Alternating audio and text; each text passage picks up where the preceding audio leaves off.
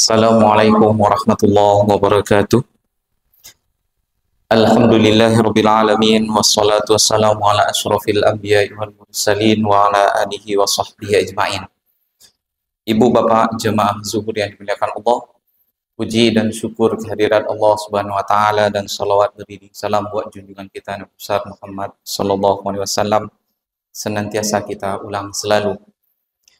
Pada kesempatan kali ini kita akan mentadaburi salah satu di antara ayat Al-Quran yang terdapat di dalam surah Al-Ahqaf, tepatnya pada ayat yang ke-15. Allah Subhanahu wa taala berfirman, "Wa wassaynal insana biwalidayhi ihsana." Dan kami berwasiat kepada manusia supaya berbuat baik kepada kedua orang tuanya. Hamalathu ummuhu kurha wa wada'athu kurha. Yang telah menghamilinya dalam keadaan susah, kemudian juga melahirkan dalam keadaan susah. Wa hamluhu wa fisaluhu thalathuna syahra, di mana ketika hamilnya itu dan juga menyusuinya selama 30 bulan. Ibu bapak yang dimuliakan Allah, tentang berbuat baik kepada orang tua merupakan sesuatu yang tidak perlu kita perjelas lagi, karena ini adalah salah satu di antara kewajiban agama kita yang diperintahkan oleh Allah Subhanahu wa taala kepada kita untuk melaksanakannya.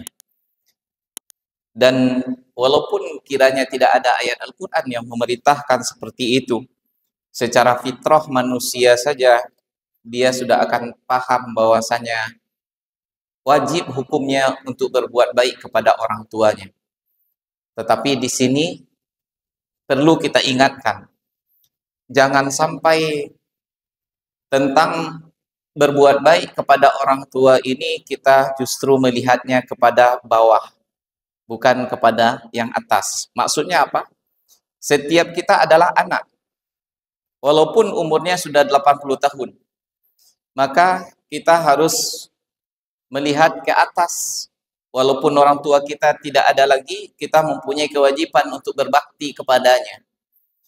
Dan tidak usah kita melihat ke bawah, yaitu kepada anak kita, sehingga muncul di dalam hati kita, anak saya ini harus berbakti kepada saya.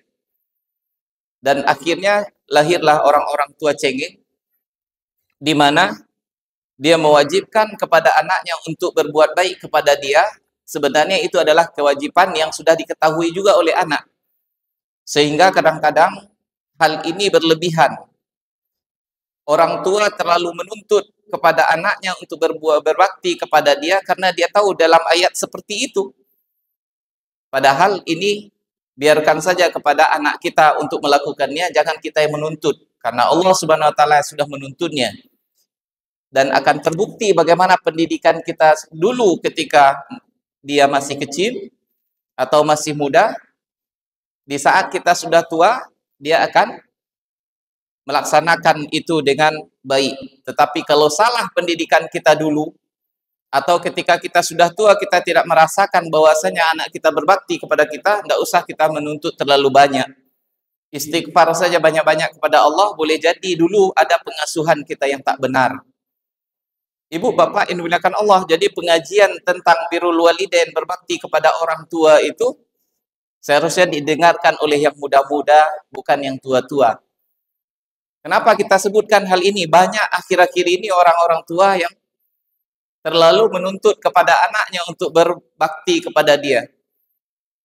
Terlalu cengeng jadinya, sehingga anaknya tidak bisa berbuat lebih leluasa. Terlambat sedikit anaknya, karena mendengar tadi ceramah Ustadz tentang birrul walidain, dianggap anaknya durhaka. Seharusnya kita yang mendoakan anak kita supaya dia menjadi anak yang diridhai oleh Allah Subhanahu wa taala, diampuni dosa-dosanya. Jangan sampai justru kita yang menjerumuskan anak kita ke dalam api neraka. Kenapa? Karena kita menganggap dia tidak berbakti kepada kita, durhaka kepada kita. Kalaupun itu betul-betul terjadi, seharusnya kita yang introspeksi orang tua ini. Boleh jadi dulu ada pendidikannya yang tak benar yang kita berikan. Seterusnya, Allah Subhanahu wa taala mengingatkan bahwasanya orang tua itu dulu telah menghamili anaknya, kemudian menyusukan selama 30 tahun. Dan yang menjadi titik tekan kita sekarang adalah kelanjutan dari ayat ini. hatta idza balagha ashuddahu wa balagha arba'ina sanatan qala rabbi auzi'ni an ashkura ni'mataka allati an'amta 'alayya wa 'ala walidayya. Hingga apabila telah sampai dia berusia dewasa dan sampai umurnya 40 tahun, lalu dia berkata, ya Allah, karuniakanlah kepadaku kemampuan untuk bersyukur terhadap nikmat-nikmat yang telah Engkau berikan. Kenapa pada umur 40 tahun betul? Kok sebelumnya tidak dianjurkan bersyukur? Bukan tidak dianjurkan bersyukur. Kita sepanjang hidup diperintahkan bersyukur kepada Allah Subhanahu wa taala. Lebih-lebih lagi kalau Allah sudah panjangkan umur kita sampai 40 tahun. Kenapa demikian? Karena ketika seseorang sudah sampai umurnya 40 tahun, sudah banyak sekali nikmat Allah yang dia cicipi.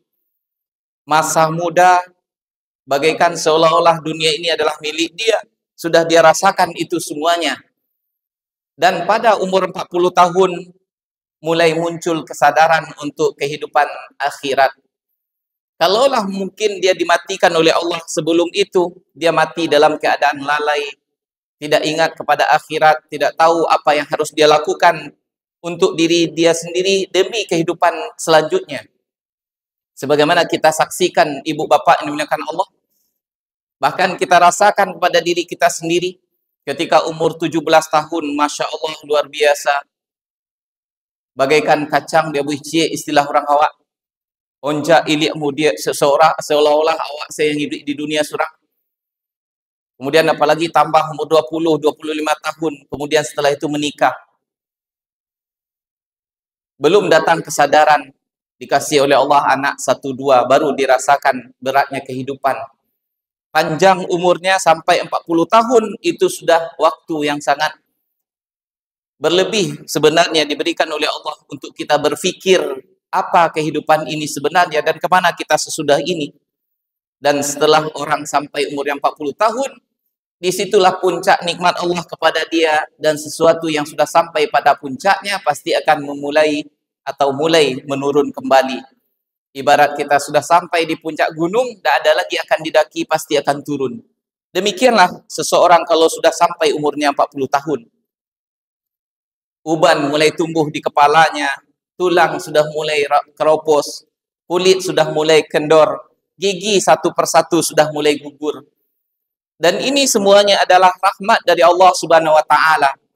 Kalaulah diberi oleh Allah kekuatan badan terus tanpa dia merasakan adanya kekurangan, seolah-olah dia tak akan mati-mati. Tetapi dengan datangnya satu persatu penyakit, teguran dari Allah Subhanahu wa taala bahwasanya waktumu di dunia ini sudah hampir selesai. Dan ibu bapak, kalau seseorang umurnya sudah 40 tahun, jatah yang tertinggal itu bisa dipastikan besar kemungkinan lebih kecil daripada yang sudah berlalu. Kalaulah diberi oleh Allah umur 40 tahun lagi ketika dia berumur 40, berarti dia akan hidup sampai umur 80 tahun. Kita saksikan bagaimana bentuknya orang kalau sudah 80 tahun. Apalagi kalau diberi oleh Allah lebih daripada itu. Semakin banyak penderitaan yang dirasakan daripada kenikmatan. Oleh karena itu, ibu bapak yang dimuliakan Allah, selanjutnya Allah katakan apa? Orang seperti ini patutlah dia berdoa kepada Allah untuk dikaruniakan kemampuan bersyukur terhadap nikmat yang sudah dikaruniakan selama ini. Dan juga nikmat yang diberikan oleh Allah kepada orang tuanya. Wa an a'mala sholihan tardah. Dan supaya aku mampu untuk melaksanakan amal-amal soleh yang akan mendatangkan keridhaan Allah. Ini kita mohonkan kepada Allah banyak-banyak. Kenapa? Laqad ausyaka 'alal intiha. Hidupnya sudah dekat untuk berakhir. Dan kalau sudah demikian, tentulah perbekalan ke akhirat yang lebih penting untuk kita lakukan atau kita kumpulkan sebanyak-banyaknya. Dalam sebuah hadis, walaupun hadisnya itu adalah hadis dhaif, tetapi patut untuk kita jadikan renungan. Kata Rasulullah sallallahu alaihi wasallam, "Man balagha arba'ina sanah wa lam tatajawaz hasanatu sayyiatihi falyatabawwa maq'adahu minan nar." Siapa yang umurnya sudah lebih dari 40 tahun, belum juga kebaikannya melampaui kejahatannya, maka berarti dia sudah mempersiapkan kaplingnya di dalam api neraka. Kemudian salafun saleh mengatakan kana ahlul madinati idza balagha ahaduhum minal umri arba'ina sanah tafarragha lil ibadah. Adalah orang-orang soleh dulu di Madinah kalau umurnya sudah sampai 40 tahun, dia sediakan waktu-waktu khusus kosong betul-betul hanya untuk beribadah saja. Kemudian lebih diperjelas, adraktu ahlal ilmi bi baladina, kata Imam Malik. Dulu aku mendapatkan para ahli ilmu di negeri kita ini, maksudnya di Madinah, wahum yatlubuna dunya wa yukhalituna nas. Mereka bergaul dengan manusia banyak, mereka mencari dunia sebanyak-banyaknya, hatta ya'tiya di ahadihim arba'una sanah, sampai mereka berumur 40 tahun. Fa idza atat alaihim ya'tazalun nas. Ketika mereka sudah sampai umur yang 40 tahun, mulailah mereka menjauh dari kehidupan hiruk pikuknya, kehidupan dunia ini, tidak terlalu banyak lagi bergaul dengan manusia, banyak waktu-waktu khususnya untuk beribadah kepada Allah Subhanahu wa taala demi bekal yang akan dibawa ke negeri akhirat. Kaum muslimin yang dimuliakan Allah, sekarang kita adalah di awal tahun 1445 sudah berlalu, kita masuk 1446. Sebagaimana kita rasakan hari-hari yang sudah berlalu begitu cepatnya menjauh daripada kita, dan begitu juga dengan hari-hari yang akan datang akan berlalu begitu cepat. Tanpa terasa yang dulu adalah anak-anak sekarang sudah punya anak, dan yang dulu mulai punya anak sekarang sudah pada mulai punya cucu dan semakin menua. Bahkan sebagian dari orang-orang yang kita kenal sudah banyak lebih duluan daripada kita. Panjang umur kita dikaruniakan oleh Allah, semakin banyak orang yang di dalam kubur yang kita kenal daripada orang yang hidup di atas permukaan bumi. Terakhir, Fudail bin Iyad pernah bertemu dengan seorang kakek-kakek berumur 60 tahun. Lalu beliau bertanya, "Kam umruk? Umurmu berapa wahai bapak?" Kemudian kata orang ini 60 tahun. Lalu apa katanya? Selama 60 tahun engkau berjalan menuju Allah Subhanahu wa taala, dan sepertinya sudah semakin dekat waktumu berakhir atau sampai kepada tujuan. Lalu orang itu mengucapkan innalillahi wa inna ilaihi rajiun. Kemudian Fudail bertanya, "Tahukah engkau apa makna dari ungkapan yang kau ucapkan tadi?" Lalu dia mengatakan, "Sesungguhnya kami berasal dari Allah dan kami akan kembali kepadanya." Kalau engkau tahu apa yang, kalau engkau sadar bahwa engkau suatu saat akan kembali kepadanya, maka persiapkanlah untuk menghadapi hal itu. Si bapak ini langsung menangis, teringat dia dosa-dosanya yang sudah berlalu. Terus, apa yang bisa aku lakukan sekarang? Kemudian kata Fudail bin Iyad, sahlah, gampang. Terus, bagaimana mudahnya? Ittaqillaha fima baqiya aslahallahu laka ma baqiya wa ma madha. Bertakwalah kepada Allah di sisa hidupmu yang masih ada ini, maka Allah Subhanahu wa taala akan memperbaiki masa lalumu dan masa yang akan datang. Kaum muslimin yang dimuliakan Allah, mudah-mudahan tazkirah sedikit ini dapat menjadi bermanfaat bagi kita dalam kehidupan kita selanjutnya, sehingga kita bertemu dengan Allah Subhanahu wa taala dengan husnul khatimah. Aqulu qauli hadza wa astaghfirullah li wa lakum. Assalamualaikum warahmatullahi wabarakatuh.